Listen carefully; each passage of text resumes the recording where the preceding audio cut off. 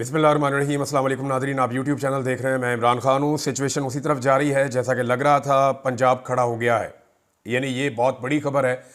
अब तक जब से लेकर इमरान खान साहब की तहरीक चल रही है, पंजाब सिर्फ तब तक खड़ा था जब तक इमरान खान साहब बाहर थे। पंजाब में कोई कंपेन नहीं हो सकी, पंजाब के अंदर लोग निकल नहीं सके।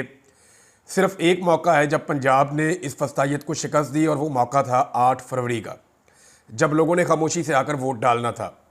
तब पहली मरतबा सारी दुनिया को इस बात का एहसास हुआ कि पंजाब के अंदर सेंटिमेंट्स कुछ और हैं, लेकिन पंजाब के लोग निकल नहीं पा रहे। फस्तायत और जबर इतना ज़्यादा है, और पंजाब की पुलिस को ऐसे ब्रूटली इस्तेमाल किया जाता है, लोगों के खिलाफ पटवार खाना इस्तेमाल किया जाता है, कैंट कचहरी इस्तेमाल की जाती है, दबाव इस्तेमाल किया जाता है, बदमाशी की जाती है। तो पंजाब में लोगों का निकलना मुश्किल था। फिर हज़ारों की तादाद में लोगों को गिरफ़्तार भी किया गया, खौफ भी फैलाया गया। तो पंजाब के ऊपर सारा फोकस था कि पंजाब को नहीं निकलना चाहिए, लेकिन पंजाब खड़ा हो गया है, पंजाब ने अंगड़ाई ली है। मैं आपको ये नहीं कह रहा कि पंजाब ने भी चलना शुरू कर दिया है, लेकिन अब तक की इतला के मुताबिक पंजाब खड़ा हो गया है। और मैं आपको जो चीज़ें रिपोर्ट करूँगा वो एग्जैक्टली उन एरिया से बताऊँगा जहाँ पर जो हो रहा है। कुछ चीज़ें अगर मिस हो जाएँ, क्योंकि एक वीलॉग में सब कुछ नहीं बताया जा सकता, लेकिन मोटे फैक्ट सारे आपको मैं पंजाब के हवाले से बताऊँगा। लेकिन अगर ये पंजाब चल पड़ा और फिर दौड़ना शुरू हो गया, तो ये रौंद कर रख देगा पूरे सिस्टम को, क्योंकि पंजाब की ताकत का अंदाज़ा सबको है। आधा पाकिस्तान जो है वो एक तरफ और अकेला पंजाब एक तरफ।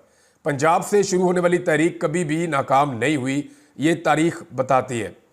अब इस वक्त जो जनूबी पंजाब से सबसे पहले जो काफिला निकला, जिसके मनाजिर हमने सबसे पहले देखे, वो वंस अगेन कोई और नहीं था, वो ज़रताज गुल वज़ीर साहिबा थी।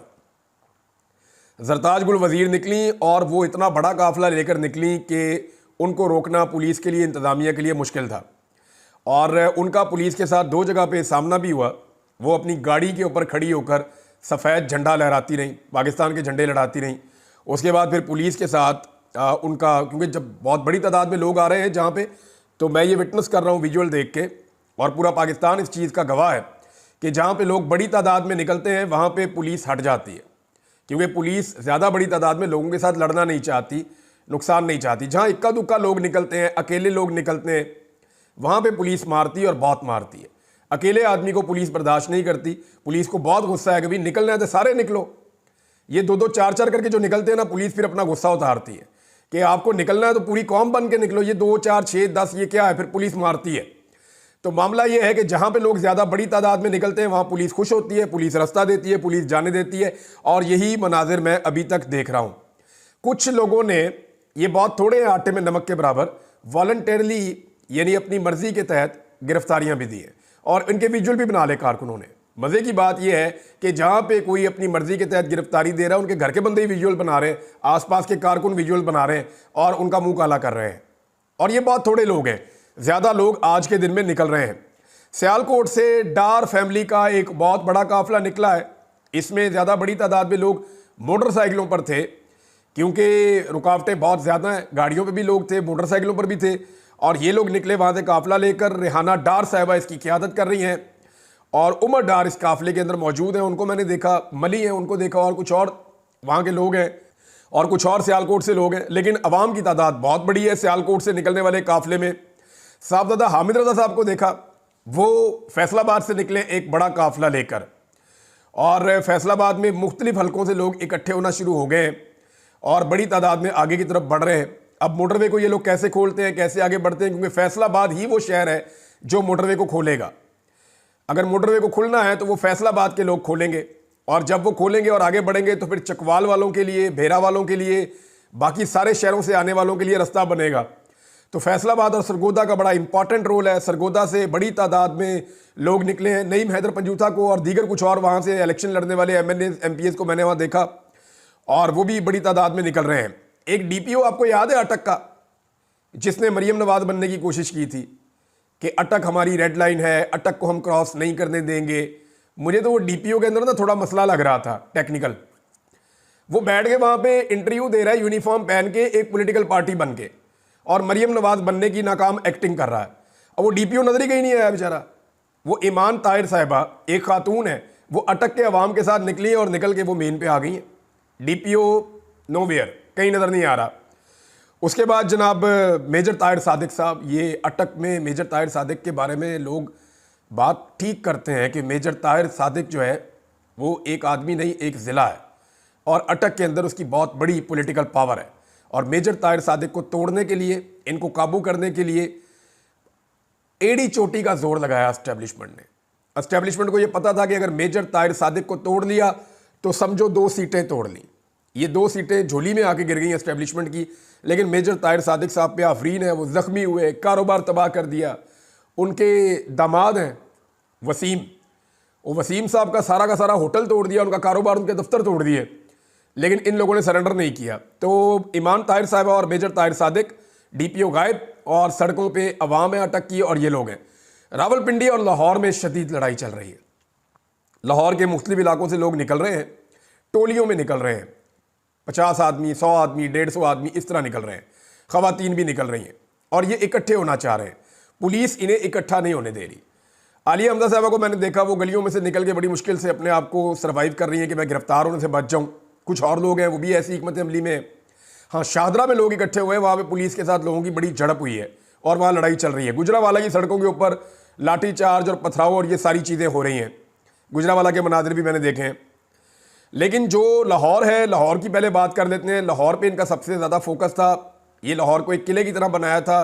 कोशिश ये है कि लाहौर से लोग ना निकले। लाहौर में पाकिस्तान तहरीक इंसाफ ने स्वीप किया था। सिर्फ एक नशिस्त है कौमी असम्बली की जिसपे पाकिस्तान तहरीक इंसाफ वहाँ पे हारी है। बाकी सारी सीटों पे पाकिस्तान तहरीक इंसाफ लाहौर से जीती हुई है। तो अंदरून लाहौर जितना भी है वो सारा पाकिस्तान तहरीक इंसाफ का गढ़ है। लोग निकल रहे हैं, लड़ाई करते हैं, फिर इधर चले जाते हैं, निकलते हैं, लड़ाई करते हैं, और पुलिस के साथ उनकी एंगेजमेंट चल रही है। और अब देखना यह है कि लाहौर किस वक्त इकट्ठा हो जाता है। और अजीबोगरीब बात यह है कि मुस्लिम लीग नून जो है वो लिबर्टी चौक के विजुअल, भाई उधर तो किसी को बुलाया ही नहीं। इमरान खान ने बुलाया डी चौक, और जब लोग डी चौक जाएंगे तो वहाँ के विजुअल्स आप दिखा दीजिएगा। लिबर्टी चौक में लोगों ने क्या लेने आना है? लाहौर में तो कोई एहतजाज नहीं हो रहा। लोग तो जा रहे हैं टूवर्ड्स बत्ती चौक, और बत्ती चौक की सराउंडिंग में इस वक्त लड़ाई हो रही है। अगर ज़्यादा बड़ी तादाद में लोग वहाँ पहुँचेंगे तो पुलिस वहाँ पे भी लोगों को वेलकम करेगी। लाहौर से एक रास्ता बाहर जाता है, बहुत सारे रास्ते हैं, सारे बंद किए हुए हैं, लेकिन एक बहुत पुराना पुल भी है लाहौर में, रावी पुराना पुल। ये बहुत पुराना पुल है, बिल्कुल खस्ता है। और एक पुल जो है वो बहुत आगे जाके भी है। अब इन दोनों में से एक पुल है, क्योंकि दोनों की शक्लें भी एक जैसी हैं। वहाँ से मुझे एक दोस्त ने वीडियो भेजी कि लोग उसको क्रॉस कर रहे हैं और लाहौर से बाहर निकल रहे हैं। ये जा रहे हैं काला खताई वाली साइड पे। ये जो दूसरा रोड बाहर आता है लाहौर से शाहदरा वाली साइड पे, ये उस तरफ को क्रॉस करके जा रहे हैं। और वहाँ से बहुत बड़ी तादाद में लोग और गाड़ियाँ लेके उस तरफ को निकल गए। ये टूटा हुआ पुल है, ये किसी वक्त भी गिर सकता है, लेकिन लोग यहाँ से बाहर की तरफ जा रहे हैं रावी को, दरियाए रावी को क्रॉस करते हुए। तो ये पुराना पुल साइड जो है इसको लोगों ने इस्तेमाल किया, और ये पुलिस नहीं करवाया। यानी पुलिस ज़ाती तौर पे चाहती है कि उनके बच्चों के लिए पाकिस्तान महफूज मुल्क बन जाए। पुलिस खुद भी तंग आ गई है कि हमारा काम क्राइम फाइटिंग है, हमें 2-2.5 साल से लगाया हुआ है एक सियासी जमात को कुचलने पर। वो पहले से ज़्यादा मजबूत और ताकतवर हो गई है। हमारे अपने घर वाले, मुझे पुलिस वाले कहते थे कि इमरान भाई हम आपको पकड़ते हैं, हमारे घर वाले हमें गालियाँ देते हैं। वो ये कहते हैं हम पीटीआई के लोगों को पकड़ते हैं, हमारे घर वाले हमें गालियाँ देते हैं। वो ये कहते हैं कि तुम लोग जुल्म और जबर के साथी बने हुए हो, तुम लोग गलत कर रहे हो। तो बहुत सारे पुलिस वाले, एक ने नहीं ये बात की, मैं नाम भी ले सकता हूँ, बेशुमार सीनियर ऑफिसर ने मेरे साथ ये बात की है। और इसके अलावा जी महर अब्दुल सत्तार, इनका नाम ना लिया तो ज़्यादती हो जाएगी। महर अब्दुल सत्तार ने एक दफ़ा फिर मुज़ाहमत की तारीख रकम की है। ये ओकाड़ा से हैं। इन्होंने अपनी सारी ज़िंदगी मुज़ाहमत में गुजारी है, क्योंकि इन्होंने अवाम का एक बड़ा मुकदमा लड़ा है हमेशा से। तो महर अब्दुल सत्तार साहब जो हैं, उन्होंने मस्जिद में बाकायदा ऐलान करके अपनी तहरीक का आगाज़ किया, लोगों को इकट्ठा किया। इससे पहले इनको पुलिस गिरफ्तार करने आई, बहुत बड़ी तादाद में आई, तो पूरा गांव इकट्ठा हो गया और उन्होंने महर अब्दुल सत्तार का दिफा किया। और महर अब्दुल सत्तार साहब सड़क के ऊपर जब आए तो इनके पीछे बहुत बड़ी तादाद में लोग, पूरा गांव इनको लेकर आ रहा था, और आगे लोग इनका इंतज़ार कर रहे थे। तो पुलिस ने रास्ते में ब्लॉकेज लगाया, तो पुलिस से तो 6 गुना लोग थे वहाँ पे, और पुलिस उनको नहीं रोक पाई। तो महर अब्दुल सत्तार जो है वो अब तक की इत्तला के मुताबिक तो गिरफ्तार नहीं हुए, और वो भी अपने लोगों को लेकर इस्लामाबाद की तरफ बढ़ रहे हैं। पुलिस ने बदतरीन टॉर्चर किया कई जगहों पे, स्पेशली लाहौर में, मुल्तान में और कुछ और जगहों पे। तो जहाँ जहाँ पे लोगों का बस चला वहाँ पे उन्होंने मुज़ाहमत की है, और पुलिस के खिलाफ जवाबी कार्रवाई भी की है। कंटेनर, हम सुबह से ये मनाज़र देख रहे हैं कि तिनकों की तरह कभी इधर जा रहे हैं, कभी उधर जा रहे हैं। एक दौर होता था कंटेनर सामने एक खड़ा हो जाता था ना, तो लोग खड़े होकर सोचते रहते थे इसको कैसे हटाएंगे, ये तो बहुत वजनी होता है। इसको तो हटा नहीं सकते। फिर लोगों ने सीखा कि एक और एक 2 हाथ होते हैं। फिर लोगों ने यह सीखा कि अगर 4 बंदे हों तो 8 हाथ होते हैं। फिर लोगों ने यह सीखा कि अगर 100 बंदे हों तो 200 हाथ होते हैं। और फिर लोगों ने कंटेनर्स को धकेलना शुरू किया और आज हमने मनाजिर देखे कि 10-10, 12-12 कंटेनर ऊपर नीचे करके ऐसे चौड़ी दीवारें बनाई हुई हैं, उनको भी मशीनें लगा के लोग धक्के लगा के रस्से बांध के लोग खींच खूंच के तिनकों की तरह साइडों पे कर रहे हैं। ये मैंने आपको कल कहा था, बहुत सारे लोगों को अजीब लग रहा था कि ये क्या बात कर रहा है। तो मैंने कहा था कि अगर अवाम निकली तो ये कंटेनर नजर भी नहीं आएंगे, ये खंदकें रास्ता रोक ही नहीं सकेंगी। तो अभी तक कोई बड़ी लड़ाई देखने में नहीं आई इस वक्त जब मैं ये वीडियो रिकॉर्ड कर रहा हूं, लेकिन जहां जहां पे कंटेनर लोगों के रास्ते में आए, लोगों ने तिनकों की तरह हटा दिए हैं। सिर्फ लाहौर में, मुल्तान में, और एक लड़ाई जो है वो रावलपिंडी में बहुत बड़ी हो रही है। रावलपिंडी में लोग फैज़ाबाद की तरफ आना चाहते हैं और बड़ी तादाद में फैज़ाबाद की सराउंडिंग में हज़ारों की तादाद में कारकुन मौजूद है। और रावलपिंडी का बताऊं, 13 की 13 सीटें रावलपिंडी डिवीज़न से पाकिस्तान तहरीक इंसाफ ने जीती हुई हैं। ये इतनी बड़ी कामयाबी है, तो रावलपिंडी में कैसे रोका जा सकता है लोगों को? लोग बड़ी तादाद में, और यहीं से लोगों ने इस्लामाबाद में दाखिल होना है। मेरे ख्याल में अगर रावलपिंडी पहले इस्लामाबाद में दाखिल हो गया तो फिर बाकी शहरों के लिए गुंजाइश नहीं बचेगी, क्योंकि रावलपिंडी के अंदर पाकिस्तान तहरीक इंसाफ का इस डिवीजन में तकरीबन 1.5 मिलियन वोट है। 1.5 मिलियन तो सिर्फ वोट है, सपोर्टर बहुत बड़ी तादाद में है। और अगर ये लोग वहां से निकल आए और रावलपिंडी से 2 लाख या 1 लाख आदमी भी पहुंच गया तो फिर गेम हाथ से निकल जाएगी। बाकी सबके पहुंचने तक बात बहुत आगे निकल चुकी होगी। लेकिन वहां पुलिस बदतरीन शेलिंग कर रही है, बदतरीन टॉर्चर कर रही है। जो बंदा काबू आता है उसको बहुत मारते हैं, तो पुलिस वाले वहां पे तशद्दुद कर रहे हैं। अभी कारकुन आगे से जवाब देना शुरू हुए हैं, अभी ये रिपोर्ट हुआ थोड़ी देर पहले, लेकिन आगे जाकर क्या बनता है वो आपको मैं अगले वीलॉग में बताऊंगा। लेटेस्ट ये है कि जी गुजरावाला, सरगोदा, लिया, भक्कर, मियांवाली में बड़े लंबे अरसे के बाद इमरान खान साहब के एक रिश्तेदार अहमद खान न्याजी, आपको याद होंगे, जो उनके साथ होते थे, वो बहुत लंबे अरसे से रूपोश थे, नजर नहीं आ रहे थे। एक तस्वीर गर्दिश कर रही है और बताया जा रहा है कि ये अहमद खान न्याजी साहब हैं, जो अब खुद इस तहरीक का हिस्सा बनने के लिए मंजर आम पर आ गए हैं। मंडी बहाउद्दीन से जनाब काफिला निकला है, कसूर से बहुत बड़ा काफिला निकला। यानी कसूर से एक्सपेक्ट नहीं किया जा रहा था कि इतनी बड़ी तादाद में लोग निकलेंगे, लेकिन लोग बहुत बड़ी तादाद में निकले हैं। थोड़ा सा कुछ इलाकों में अभी तक रिपोर्ट नहीं हो रही या वहाँ पे एक्टिविटी नहीं हो रही, जेलम से कोई ऐसी रिपोर्ट नहीं आई। गुजरावाला में लड़ाई ज़रूर चल रही है, लेकिन काफिले अभी हमने नहीं देखे। चकवाल, खुशाब, मुल्तान की क़यादत के बारे में कहा जा रहा है कि वो गिरफ्तार हो गए हैं। ज़ैन कुरैशी और आमिर डोगर वगैरह, उन्हें मेरे ख्याल में मुज़ामत करनी चाहिए थी और उन्हें अपने कारकुनों को लीड करना चाहिए था। बेहतर हिकमत अमली होनी चाहिए थी। अगर सरताज गुल वज़ीर बदतरीन सूरत हाल के अंदर मुज़ामत करके और लीड कर सकती हैं तो फिर इनको भी करना चाहिए था। विहाड़ी, अभी तक वहाँ से कोई मनाजिर नहीं हमने देखे, भावलपुर से भी अभी तक नहीं देखे मनाजिर। तो देखते हैं कि फर्दर क्या रिपोर्ट आती है। लेकिन जो अब तक पंजाब की सूरत हाल है वो मैंने आपके सामने रख दी है। सोशल मीडिया पे एक बात आप अपने जहन में रखें कि इस वक्त पाकिस्तान तहरीक इंसाफ छाई हुई है। सोशल मीडिया पे हर तरफ पाकिस्तान तहरीक इंसाफ दिखाई दे रही है। अगर आप देखें तो पिछले 24 घंटे में, ये अशर बाजवा साहब ने रिकॉर्ड इकट्ठा किया, पिछले 24 घंटे के अंदर तहरीक के हक में जो एंगेजमेंट है सोशल मीडिया पे वो 94% है, और तहरीक के खिलाफ जो एंगेजमेंट है सोशल मीडिया पे वो सिर्फ 6% है। तो अब आप अंदाज़ा कर लें कि सोशल मीडिया पे क्या चल रहा है। खैबर पख्तूनख्वा, इसके बारे में ज़्यादा बात करने की जरूरत नहीं है, लेकिन ये मैं आपको बता देता हूँ कि खैबर पख्तूनख्वा से जितने लोग पहले आए थे उससे डबल से भी ज़्यादा लोग इस मरतबा आ रहे हैं, और ये बहुत बड़ा काफिला है। यानी इसमें सुबह एक खबर चला के गुमराह करने की कोशिश की गई लोगों को कि अली अमीन गंडापुर की और बुशरा बीबी की कोई रिपोर्ट किया गया कि लड़ाई होगी, लेकिन ये झूठ था, बकवास थी।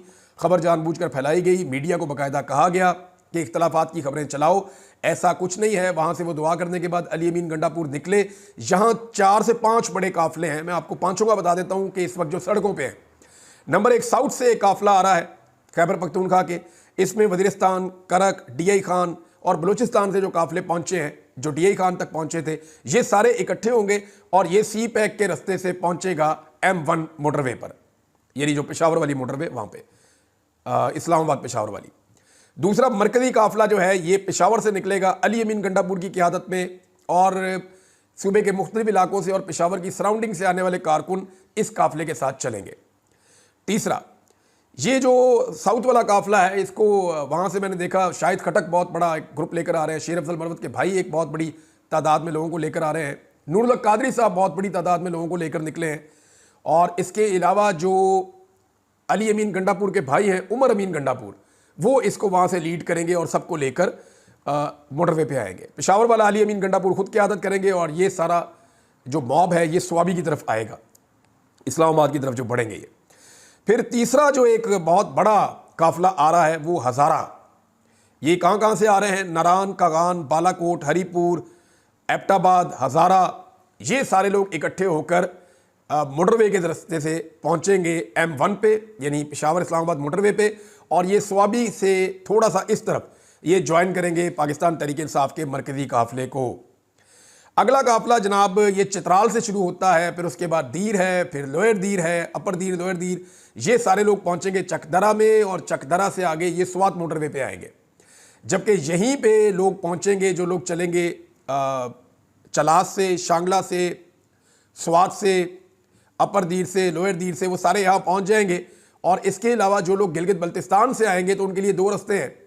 एक तो गिलगित बल्तिस्तान में बाकायदा पहाड़ को गिरा दिया गया, ये भी बताया गया है कि लोगों का रास्ता बंद कर दिया जाए, लेकिन फिर भी लोग कोई ना कोई रास्ते निकाल कर आ रहे हैं। जो मकामी लोग हैं वो तो पहुंचेंगे, और अब वहाँ से आने वाले लोग दो रास्ते इख्तियार कर रहे हैं। कुछ लोग हज़ारा की तरफ जा रहे हैं, कुछ लोग मलाकंड की तरफ आ रहे हैं, और जो पाँचवा एक इकट्ठ होगा खैबर पख्तूनख्वा में वो मर्दान और स्वाबी और आसपास के शहरों के लोग हैं। ये सारे लोग जो हैं वो इकट्ठे हो जाएंगे स्वाबी में। तो स्वाबी से आगे इन्होंने कैसे बढ़ना है? हम कंटेनर्स को उड़ते हुए देख रहे हैं, कोई कंटेनर इधर जा रहा है, कोई इधर जा रहा है, तो कंटेनर्स और खंदकें रास्ते नहीं रोक सकती।